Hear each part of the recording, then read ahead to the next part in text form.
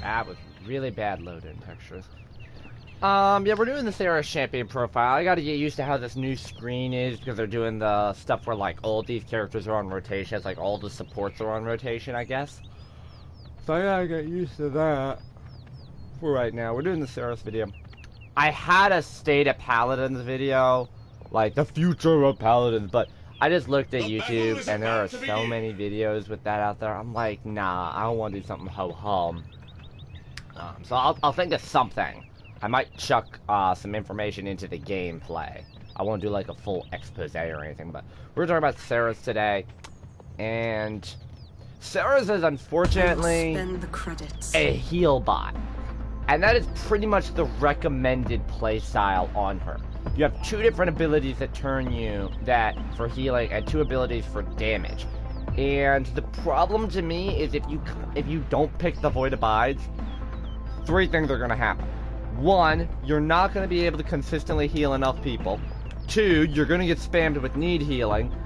And 3, the enemy team is going to prioritize you more if you pick Agony, which is something I find every time I play. Just as an example, let's go over what Seris' base kit is. The music on that is really loud. So for your base kit, what you have is you do 210 damage every 0.3 seconds. So basically you'll get 3 shots per second and you'll take 3 damage. You have a steady rate of fire.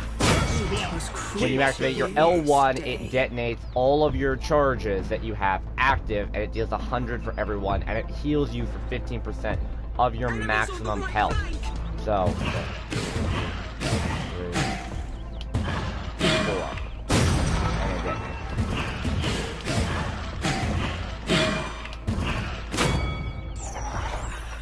Okay, so that's how that works.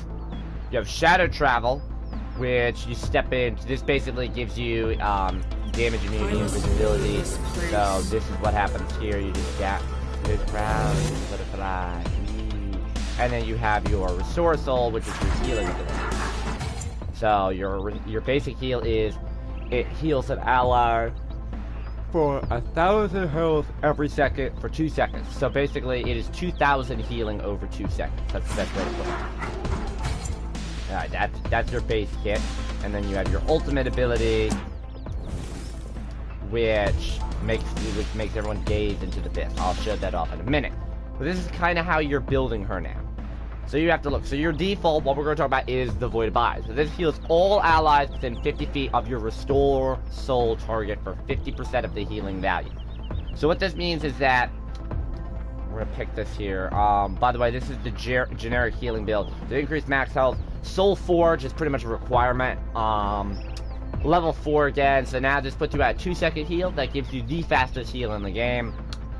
Fade to Black is a good filler card. Spirit Leech is a good filler card. I love Spirit Leech. It's every second channeling Restored Soul generates 2 ammo. That doesn't really seem like a lot. But it actually, that will give you 6 ammo. You might say, well, it's only 2 seconds, so it'll give you that. It actually gives you a bonus second wind-up time. So, you're actually going to get 6 ammo on that card at level 1. I think that's a very good filler, because it basically, if you want to play a heal damage build, where you just alternate damage and healing, you will be able to regen your ammo, so you don't have to reload as much. And then this is my primary healing build, so this has Veil at 3. This reduces the cast time on Shadow Travel. What I'm talking about, by the way, with the spam healing.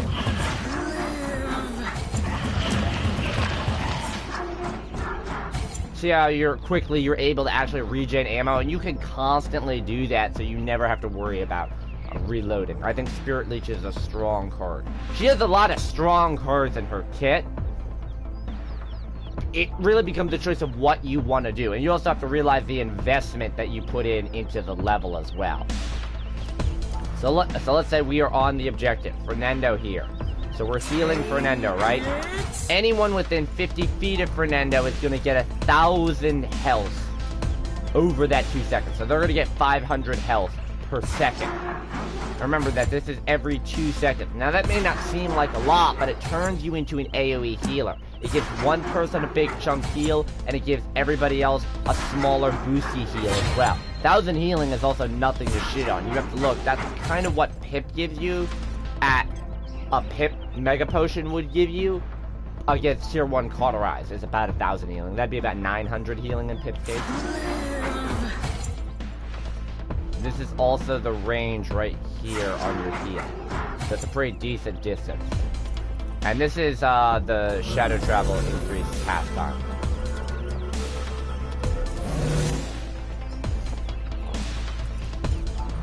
So, overall decent.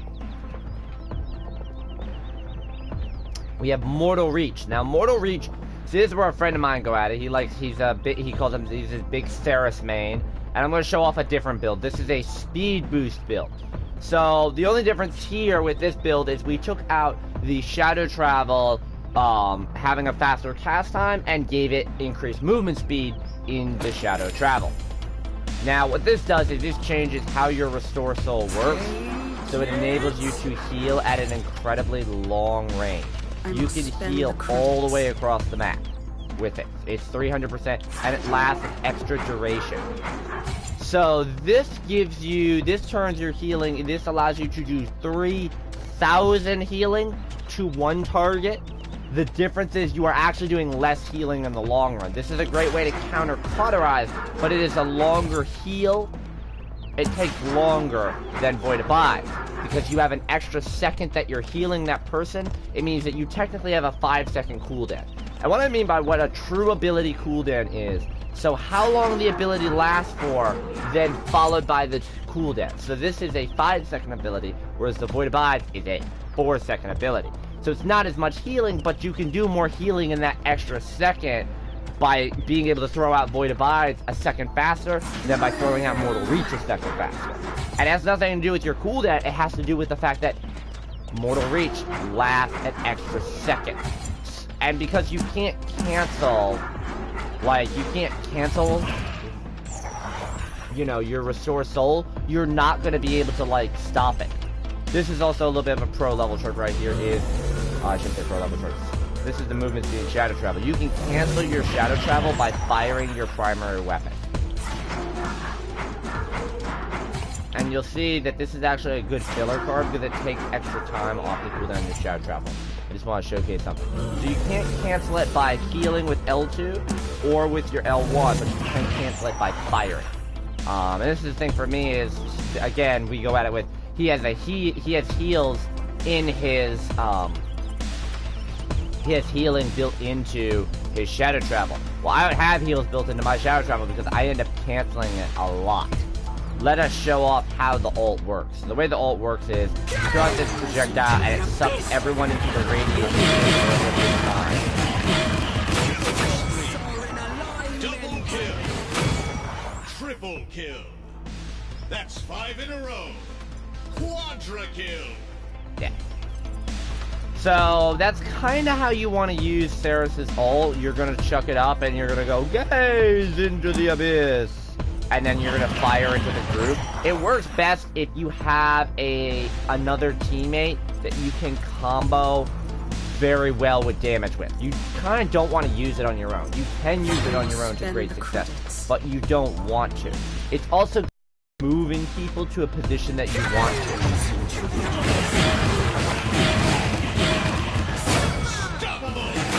Double kill. The orb moves past through people, so that's another important thing to mention.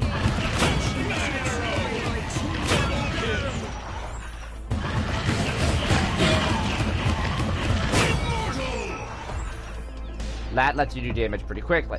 So now we'll talk about the two damage cards. We have Agony and we have Soul Collector. So Soul Collector is interesting. So every soul charge that you detonate with your L1 will increase your base health and your weapon damage by 2% until you die, and this stacks up to 15 times. Which means you can increase your base health and weapon damage by 30%. That is awesome. This is the build I generally run for that. This is my flex build. I do use this on the other two healing cards, and I do use this on Agony, but not as much. So I increased my health a little bit. I have it at 4. I have Soul Forge, and I have wickedness. So now I have I have a 2-second heal, and then it brings my Ren Soul to an 8-second heal. And then Spirit Leech is a good filler, and then Veil at 2, just because it's a little bit faster right here. This is how Soul Collector works right here, so. Alright, so that puts us, that increases our health.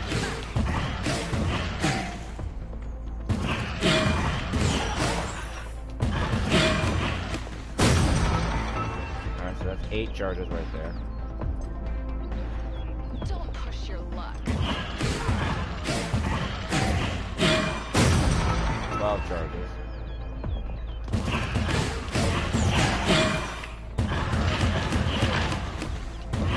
15 charges. The fates are in alignment. So it gives you about 3,000 health, and then what you'll see for the weapon damage is you do 273 damage per shot. Now that's not really great. You would normally say that, oh, that's such fantastic, amazing damage. But considering how quickly I can put out damage, it does become pretty good. It does overall increase the DPS. And remember, you are healing off of this as well.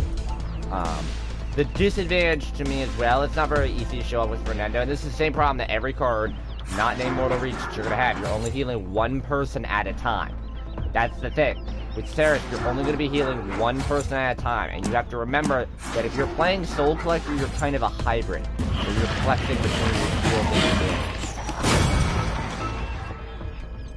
You have Agony, where when you activate your L1, it now applies a 1.5 second stun when they are affected with 4 charges. And this is the build we have for it here. So this one right here is when they are affected with a soul charge, you move faster. This also takes some cooldown. This also works well for Soul Collector. I use this more for Soul Collector than I do Agony, believe it or not. I actually play Agony on Soul Spark a lot more. But this right here gives me flank potential. This gives me very fast mobility and movement. So this enables me to actually hunt down flankers and stuff like that. I must spend the credits.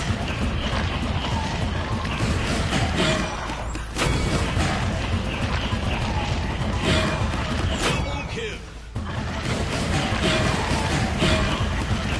Triple kill. Quadra kill.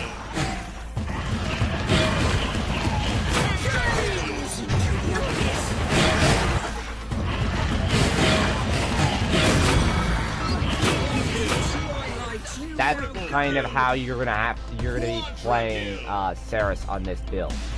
You're gonna run around really fast, you're gonna deal a lot of damage, and you're gonna be primarily just trying to score a kill. I must spend the credits. Still good. That's kind of funny. Yeah, I still have Soul Collector running at the same time. That's kind of funny. So one trick that I will show you how to do, I will be switching back, we'll go avoid buys, we'll switch back to heal, just to show this off a bit more. So, this is a pro level trick now. Your fire is R2, and your heal is L2. Alright, that's important to note right here. I want you to watch my finger plate. Remember, this is fire, and this is heal, just for your controller. This is a pro way on how to actually fire. So you're gonna heal first, then you're gonna press fire, hold that, and then release it and start healing. Watch it. What that enables you to do, what I'm doing is, as long as you start firing first, and then you put your heal up. I'm timing my cooldown. You can hold L2 and actually fire your weapon while your Restore Soul is on cooldown. Now, I do this most with Void Abides because I heal everybody in the radius. This allows me to spam heal and spam damage. Because it enables me to just constantly fire while I am healing. Using L2 to fire on Seris and then snap instantly to a heal, you never really have to worry too much about you know, people spamming you with need healing unless they're really stupid or they're really far away from you. Item-wise, there are a couple of things you should note. Now, remember, I do not advocate Chronos on most of your healers, especially if you don't have a long cooldown. Now, you don't really need Chronos, even if you're talking about, like, okay, Shadow Travel has a long time. The card I was talking about that I use as a filler, that works at 3 seconds. So every time you put out a heal, you take 3 seconds off the cooldown of your Shadow Travel. You don't need Chronos. You really don't. Even your Ren Soul, I mean, 8 seconds. It is meant to have a longer cooldown, not because of the damage it deals, but because it heals you. Basically, if you have 6 charges on someone and you activate, you heal all of your health, basically, off of that. So it is meant to have a little bit of a longer cooldown. That's why you don't really need Chronos. For me, morale boost, your ult is pretty easy to counter. It is CC based, so if they have CC immunity or CC resistance, then yeah, it's not going to work. Also, you can miss it. You can't throw it off of an environmental object. Don't sit here and think, let's say like this is the edge of the map over here, that you just chuck it over here and say, gaze into the abyss and start and hope to like suck them off the map. It doesn't kind of work like that. So I mostly run morale boost. Nimble, not so much. I mean, you can put Shadow Travel and movement speed in your build a little bit, so I wouldn't recommend that. You can if you want to. It's a decent option, just for going between places. Master Rider is decent if you don't want to run morale boost, but in my opinion, I run morale boost. For healing, Rejuvenate if you have multiple healers, if you're running multiple healers. Not really as much, you're better off on Kill to Heal. No on Veteran, obviously. Life Rip is an interesting option. If you're running like a Soul Collector build, and you're focusing on, you know, trying to buff up your damage, but even then, you're doing 279 an orb on damage. You're not really going to get the benefit of Life Rip. I mean, 10%, you're getting 23 health a shot. No, just get the Kill to Heal. It doesn't matter if you're healing, it doesn't matter if you're doing damage. As long as you're getting an elimination of some sort, you are getting health. That is always what you want to get as a healer. This category, again, don't buy Illuminate. Haven and Blast Shields are pretty much depending on what the enemy team is. Resilience is an interesting option. CC effects can force you to burn your Shadow Travel. Like, if, you know, against certain ults in the game, you may be more tempted to go into Shadow Travel to avoid it than you are to just take it. So, see, resilience can be an option, but again, these are all situational. The defense category is always situational based on the enemy team. This is where things are interesting. Bulldozer, no, you're better off on Caught. I wouldn't recommend Deft Hands because you can build it into your build where you don't really need to reload. One thing I will say is if you do run Agony, you do want to suggest putting in cards where you get ammo, where it increases your maximum ammo. Because you will run into a situation where, because remember, you have to use, in order to stun someone, you have to use at least 4 shots. And then you stun them. If, let's say I do 4 people, right? Let's say I'm trying to go for 2 people here, right? So that means I'm going to use up 8 ammo. I'm only going to have 4 shots left when they are stunned to actually get the benefit of the Agony stun. So, running extra ammo is something I would recommend on an Agony build. Extra ammo so that you can capitalize on that. Wrecker and Caught are 2 interesting things here. They are situational. Wrecker is interesting on Seris because you do rapidly apply your damage. So, Caught is very effective on her. But if you are playing a healing Seris, you're not going to be applying Caught as much as you are healing. A damaged Seris wants Caught. I would say a healing Seris wants Wrecker. But again, that is if they have shields. If they don't have shields, there's no really no purpose here. A couple of interesting things that I do want to mention specific to other champions. There are a lot of good ultimate abilities in the game that you should be comboing your ult with. Dredge, Androxus, Bomb King. You do not want to combo under any circumstance with Drogoz, so, because you're going to suck at a lot of people, and Drogoz may hit the wrong person. They removed that glitch out where he used to be able to KO multiple people at a time, if Seris ulted. That is gone. Genis ult is a good thing to use it with. A Victor ult is a good thing to use it with. A Leanne ult can be a good thing to use it with. It's not always the greatest thing in the world. Eevee ult is actually surprisingly good to use it with, because Eevee cripples them once they leave, once they're free from your ult. A Koga ult's another good one. A Lex ult, again, that's like a Leanne, that's situational. Makoa's a decent ult. Ruckus is a decent ult. Torvald is a decent ult. Terminus is a very good ult. Sky is a good ult. Any of your power damage ults that can wipe out multiple people in a good radius, that's what you want to combo with Seris' ult. I wouldn't necessarily say, you know, yeah, sure, Buck and Tyra, they're alright to combo it with because of the fact that, you know, they have unlimited ammo and they can just keep firing and they fire faster and stuff like that. It doesn't really matter, though. Like, if they can't hit their shots, I mean, how many times do I run up against that? Also, stacking it with other CC-based ults are not great, except the Torvald ult, where Torvald can all blow them all away. But, like, it's not great, you know, if Seris sucks everybody in and Khan uses his ult. It's not great if, you know, you suck everybody in and Anara says, "You are not welcome here," considering the fact that they're already grouped up and they're already immobile. Same thing with, it's not useful with a Grok ult. He's not going to do enough damage fast enough to kill everybody. A Zen ult is only going to target one person. Same thing with Moji and Talus. Not great. Not great to combo with. Barrack is interesting. Like, Barrack could ult, and then Seris could ult into the Barrack ult. It's not going to do a lot of damage, but I mean, it's kind of funny. Like, they're basically protected. They're basically protected in the ult. They're taking damage from the flamethrower, but the dome protects them. So, I mean, that's kind of an interesting way to look at her ult and how to use her ult effectively. But yeah, that's about all I got right now. I'm kind of tired. These videos are kind of annoying me, the champion profile videos, because they take out like 20 to 30 minutes of me actually like playing. So yeah, I'll probably put out another video in a second. So if you are like interested in this, we'll have another video for you in just a few minutes.